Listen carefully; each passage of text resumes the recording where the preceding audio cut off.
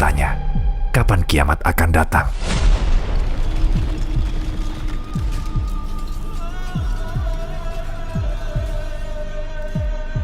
Di saat bola mata terpana, di saat bulan menjadi gelap, dan di saat matahari dan bulan dipersatukan. Di saat itulah orang-orang akan berkata, apakah tidak ada tempat untuk melarikan diri? Tidak. Tidak ada tempat untuk melarikan diri dan berlindung. Pada hari itu, satu-satunya naungan adalah di bawah naungan Tuhanmu.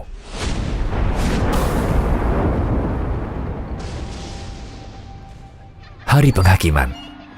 Hari yang ditunggu semua orang dengan rasa takut dan penasaran.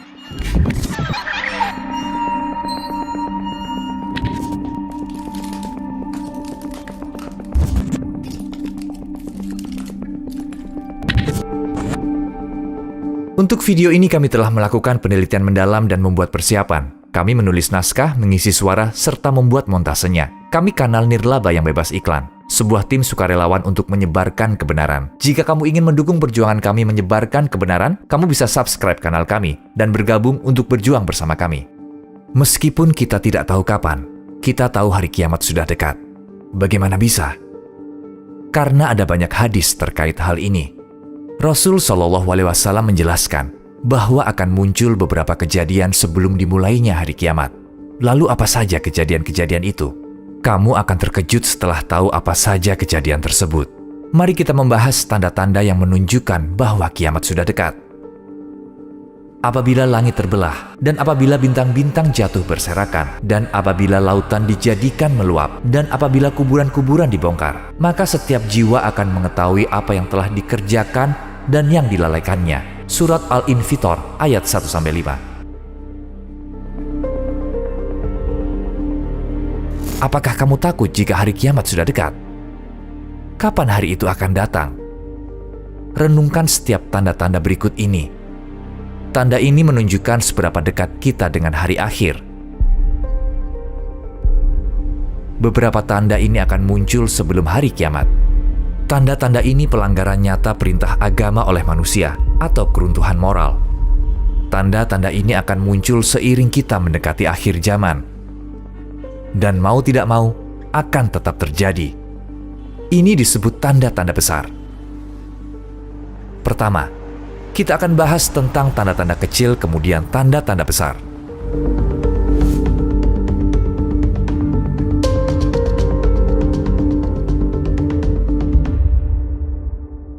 Tanda pertama adalah kelahiran Nabi Muhammad Shallallahu Alaihi Wasallam.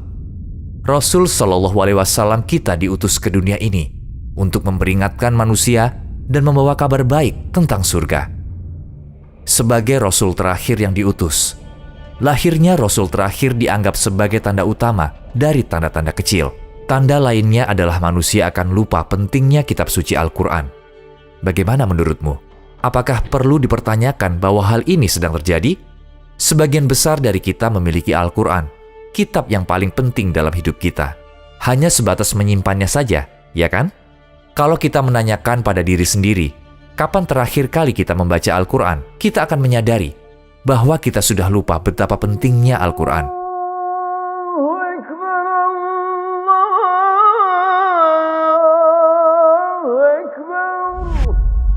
Tidak ada orang yang sholat. Untuk memahami berapa persen orang yang sholat, perhatikan di sekelilingmu, di sekolah atau kantor.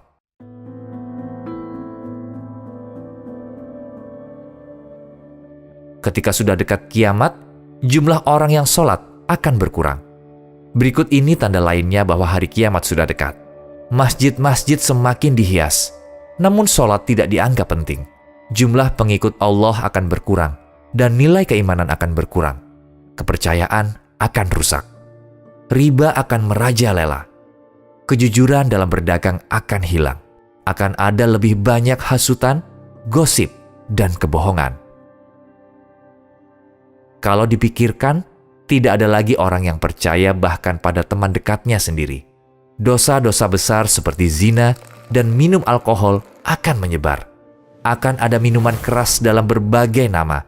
Beberapa akan dianggap halal atau legal. Perbuatan cabul dan mesum akan menjadi-jadi. Kekejian akan meningkat. Pria akan cenderung kepada pria, dan wanita akan cenderung kepada wanita. Kikir dan serakah menyebar. Hubungan antar saudara akan rusak. Kita merasakan beban tanda-tanda ini paling berat saat Idul Fitri, kan? Bagaimana menurutmu?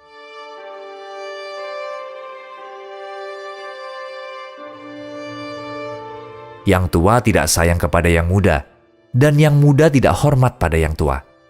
Angka perceraian dan jumlah anak lahir di luar nikah akan meningkat pesat. Kegiatan jihad dan khotbah akan ditinggalkan. Hanya ilmu pengetahuan dan keagamaan yang dipelajari. Renungkanlah baik-baik. Sejak kecil kita hanya belajar beberapa konsep dalam pelajaran agama. Kita pergi ke masjid saat liburan, belajar baca kitab suci Al-Quran. Hanya itu pengetahuan agama yang kita punya. Hukum alam akan terganggu. Banjir, gempa bumi, malapetaka seperti kebakaran akan meningkat di dunia. Tambang-tambang akan hancur. Pembunuhan akan meningkat. Gedung-gedung tinggi akan dibangun. Qadar atau takdir dan akhirat akan disangkal. Sudahkah kamu sadari ini semua?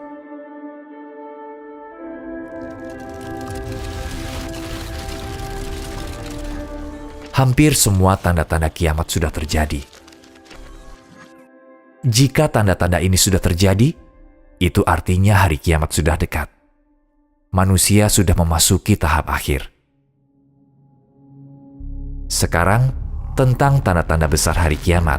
Dabat al-ard, binatang buas dari perut bumi. Dan apabila perkataan ketentuan masa kehancuran alam telah berlaku atas mereka, kami keluarkan makhluk bergerak yang bernyawa dari bumi yang akan mengatakan kepada mereka bahwa manusia dahulu tidak yakin kepada ayat-ayat kami. Surat An-Naml ayat 82. Tidak banyak informasi tentang binatang buas dari perut bumi. Namun di Al-Quran disebutkan bahwa ia akan muncul dari bumi dan memisahkan yang beriman dan yang kafir. Binatang buas ini akan muncul tepat sebelum hari kiamat dan dianggap sebagai salah satu tanda besar hari kiamat. Ada berbagai pemaknaan tentang bagaimana hal ini akan terjadi. Yang paling penting adalah kejadian ini merupakan salah satu tanda besar. Dan berita baiknya adalah orang beriman akan selamat dari bahaya ini atas izin Allah. Ya'juj dan Ma'juj. Suku Ya'juj dan Ma'juj akan menyebabkan kerusakan besar bagi umat manusia. Dan kejahatan mereka juga merupakan salah satu tanda besar hari kiamat. Mereka berkata, "Wahai Zulkarnain, sungguh Ya'juj dan Ma'juj itu makhluk yang berbuat kerusakan di bumi. Maka bolehkah kami membayarmu imbalan agar engkau membuatkan dinding penghalang antara kami dan mereka?" Surat Al-Kahfi ayat 94. Dalam kitab suci Al-Quran kita dijelaskan bahwa karena penghalang yang dibuat oleh Zulkarnain ini, suku Ya'juj dan Ma'juj perusak ini tidak bisa menyerang manusia lain. Dan mereka akan keluar di akhir zaman dan akan menyerang umat manusia. Hingga apabila tembok Ya'juj dan Ma'juj dibukakan dan mereka turun dengan cepat dari seluruh tempat yang tinggi. Dan apabila janji yang benar hari berbangkit telah dekat, maka tiba-tiba mata orang-orang yang kafir terbelalak. Alangkah celakanya kami benar-benar lengah tentang ini. Bahkan kami benar-benar orang yang zalim. Surat Al-Anbiya ayat 96-97. Beberapa meyakini bahwa suku ini tidak lain adalah mereka yang menjajah bangsa-bangsa muslim, membakar semua perpustakaan, mengakhiri masa kejayaan muslim, mengembalikan muslim ke masa kegelapan. Suku Manchu dan suku Mongol. Seiring kita menuju akhir zaman, akan ada suku manusia, perusak, penyebar teror di bumi melebihi Ya'juj dan Ma'juj. Tentu Allah lebih mengetahui. Dajjal. Dijelaskan kemunculan Dajjal adalah salah satu kejadian paling mengerikan di dunia. Dajjal dijelaskan dalam hadis sebagai pembohong, penipu, dan sengaja mencampur adukan yang baik dan buruk, benar dan salah. Seseorang yang berhias untuk menyembunyikan wujud aslinya. Ada banyak Dajjal. Setiap abad punya Dajjal masing-masing. Sebuah hadis menerangkan jumlah mereka akan mencapai 30. Dajjal di hari kiamat memiliki kedudukan khusus. Salah satu dari mereka adalah Dajjal besar. Selain itu juga ada Dajjal Islam, Sufyan. Berdasarkan keterangan ini, Sufyan akan muncul dari para muslim. Secara munafik berusaha menyebarkan kata-kata kotor dan haram untuk menghancurkan kehidupan manusia di akhirat. Agar mendapat reputasi bagus di antara para muslim, dia akan menipu beberapa pemuka agama dan mengubah mereka menjadi pendukungnya. Dia akan mempertahankan keingkarannya, pelanggaran susila, dan kebohongannya dengan menipu orang-orang. Namun, tidak semua orang bisa mengenali Dajjal dan Sufyan. Tidak semua orang tahu bahwa mereka Dajjal. Cara mengetahuinya yakni dengan punya keyakinan kuat, dan akan muncul mata batin dari keyakinan ini.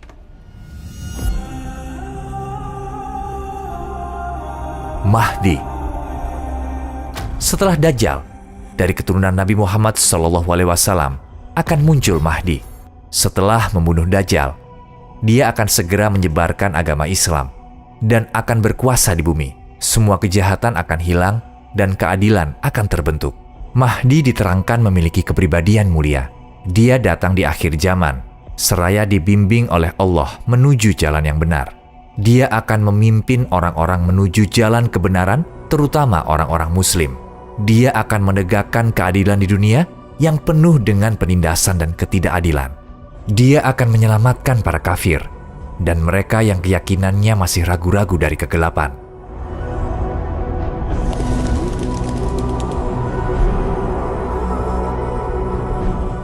Kemunculannya adalah tanda hari kiamat. Dia akan memperkuat keyakinan umat muslim dan menghancurkan pengikut Dajjal dan kekafiran. Dia akan menjadi pria hebat. Turunnya Nabi Isa dari langit. Tanda besar hari kiamat lainnya adalah turunnya Nabi Isa alaihi salam ke bumi. Dan sungguh, dia Isa benar-benar menjadi pertanda akan datangnya hari kiamat. Surat Az-Zukhruf ayat 61. Banyak dari kita yang tahu kisah Nabi Isa alaihi salam. Dia salah satu dari 4 rasul utama. Dia lahir dari Maryam tanpa seorang ayah. Sebagai bukti kekuasaan Allah, ketika dia berusia 30 tahun, dia diberikan amanah sebagai rasul. 3 tahun kemudian, dia diangkat ke surga oleh Allah. Yang disalib oleh para Yahudi adalah orang mereka sendiri yang mirip seperti Nabi Isa alaihi salam. Hadis menerangkan bahwa Nabi Isa alaihi salam akan turun ke bumi di akhir zaman dan mengikuti Islam. Setelah kemunculan Mahdi, Isa alaihi salam akan turun dari surga sebagai hakim yang adil. Dia akan menghancurkan salib, membunuh babi, menghapuskan pajak, dan memberikan harta. Dia akan sholat di belakang Mahdi dan mendukung perjuangannya. Dijelaskan bahwa Allah akan menghancurkan suku Ya'juj dan Ma'juj yang menyebarkan kehancuran di muka bumi, menjawab doa dari Nabi Isa alaihissalam. Berdasarkan keterangan lainnya, dia akan bersatu bersama Mahdi dan menghancurkan Dajjal. Dukhon, salah satu tanda besar hari kiamat. Dukhon yang artinya asap. Ada juga surat dengan nama ini di kitab suci Al-Quran. Ketika semakin dekat masanya, gumpalan asap akan turun dari langit, akan menutupi seluruh dunia, dan akan terus seperti itu selama 40 hari.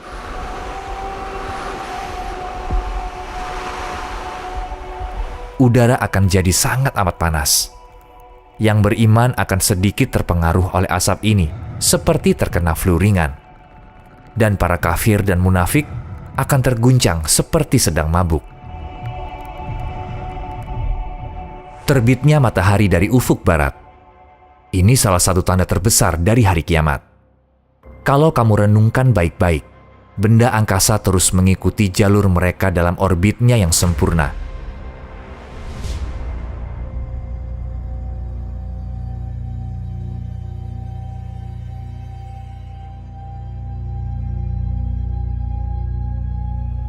Dan faktanya, Allah Subhanahu wa Ta'ala memerintahkan pada ayat 5 surat Ar-Rahman, matahari dan bulan beredar menurut perhitungan. Akan mengerikan apabila proses ini terganggu, bukan?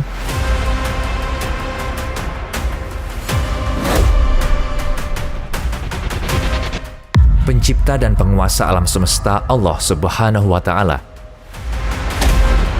ketika tiba waktunya mengakhiri kehidupan manusia di bumi, akan menghancurkan tatanan yang Dia buat dan dirikan atas kehendaknya. Saat itulah ketika matahari akan terbit dari barat. Orang-orang yang melihat ini pasti mengerti bahwa akhir dunia sudah tiba, karena pintu tobat sudah tertutup. Kesadaran ini tidak akan menolong mereka. Semua sudah terlambat karena kesempatan sudah terlewatkan. Penyesalan hanyalah sia-sia.